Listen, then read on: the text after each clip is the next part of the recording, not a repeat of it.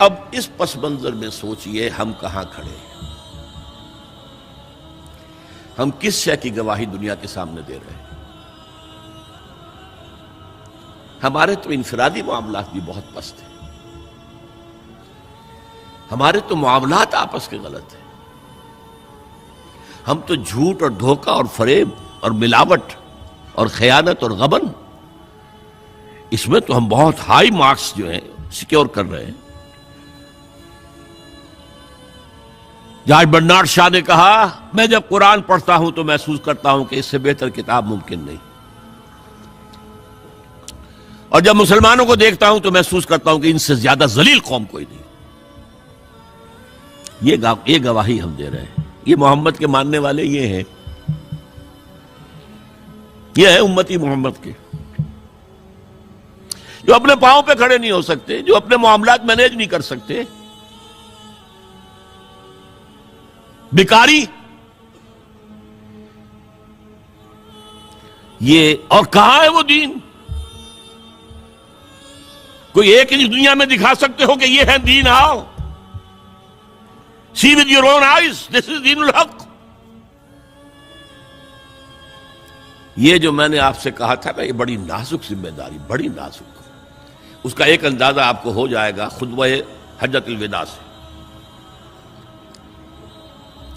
حضور نے جو خطبہ دیا، اور وہ عظیم ترین خطبہ ہے تاریخ انسانی کا، آخر میں موٹی موٹی باتوں کو پھر دہرایا۔ دیکھو عورتوں کا خیال کرو، عورتوں کے حقوق ادا کرو، دیکھو غلاموں کے ساتھ نیک سلوک کرو، جو بھی تھی۔ پھر آپ نے ایک سوال کیا، الا هل بلغت، لوگوں میں نے پہنچا دیا یا نہیں؟ 1.25 لاکھ کا مجمع تھا، آج سے 1400 برس قبل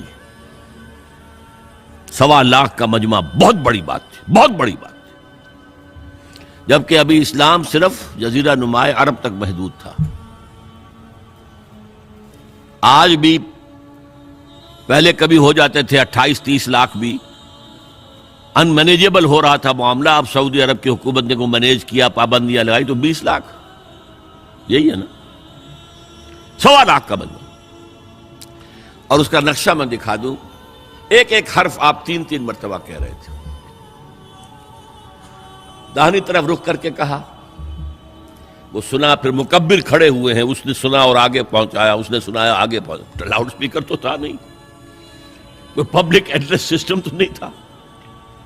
پھر آپ نے سامنے رخ کر کے وہی بات فرمائی، پھر یہاں سامنے کھڑے ہوئے لوگوں نے پہنچایا، پھر بائیں طرف رخ کیا۔ اسی لیے ہر جملے کو، ہر بات کو آپ نے 3 دفعہ کہا، الا هل بلغت، میں نے پہنچا دیا یا نہیں؟ اور عام عادت صحابہ کی یہ تھی کہ اول تو حضور کے سوال پر خاموش رہتے تھے کہ واللہ ورسولہ عالم، یا اگر جواب دیتے تھے تو فرط ادب سے بہت مختصر جواب۔ وہ چلبلے قسم کے شاگرد جو ہوتے ہیں، جو استادوں کو بھی پڑھانا چاہتے ہیں، صحابہ کرام اس طرح کے نہیں تھے، اپنی لیاقت اور ذہانت کا روب جو ہے اپنے استادوں پر گاٹتے۔ وہاں تو یہ تھا کہ ایک بات جواب ہے، یہاں 4 جواب دیے ہیں صحابہ نے۔ انا نشہد انک قد بلغت الرسالۃ وادیت الامانۃ ونصحت الامۃ وکشفت الغمہ۔ 3 مرتبہ حضور نے کہا الا هل بلغت، اور 3 مرتبہ جواب آیا انا نشہد انک قد بلغت الرسالۃ وادیت الامانۃ ونصحت الامۃ وکشفت الغمہ۔ اے نبی، ہم گواہ ہیں، آپ نے حق رسالت ادا کر دیا، آپ نے حق امانت ادا کر دیا۔ یہ قرآن تو ہمارے لیے اللہ نے نازل کیا تھا نا، آپ کے پاس تو امانت تھی۔ آپ نے امت کی خیر خواہی کا حق ادا کر دیا، آپ نے ہر قسم کی گمراہیوں کے، اندھیاریوں کے، اندھیروں کے پردے چاک کر دیے۔ 3 دفعہ یہ جواب لے کر انگشت شہادت سے اشارہ کیا آسمان کی طرف، پھر لوگوں کی طرف، اللہم اشہد، اللہم اشہد، اللہم اشہد۔ اے اللہ تو بھی گواہ رہے، یہ مان رہے ہیں کہ میں نے پہنچا دیا۔ They can't sue me in your court on the day of judgment۔ یہ میرے خلاف استغاثہ نہیں لا سکتے کہ میں نے پہنچانے میں کمی کی ہے۔ یہ مان رہے ہیں کہ میں نے پہنچا دیا. It was the sigh of relief جس کو کہتے ہیں. 23 برس کی محنت شاقہ. کون کون سے مراحل آئے ہیں.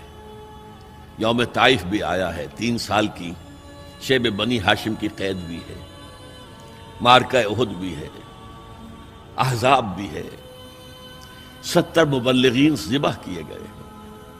کیا کیا نہیں دیکھا, کیا کیا نہیں جھیلا.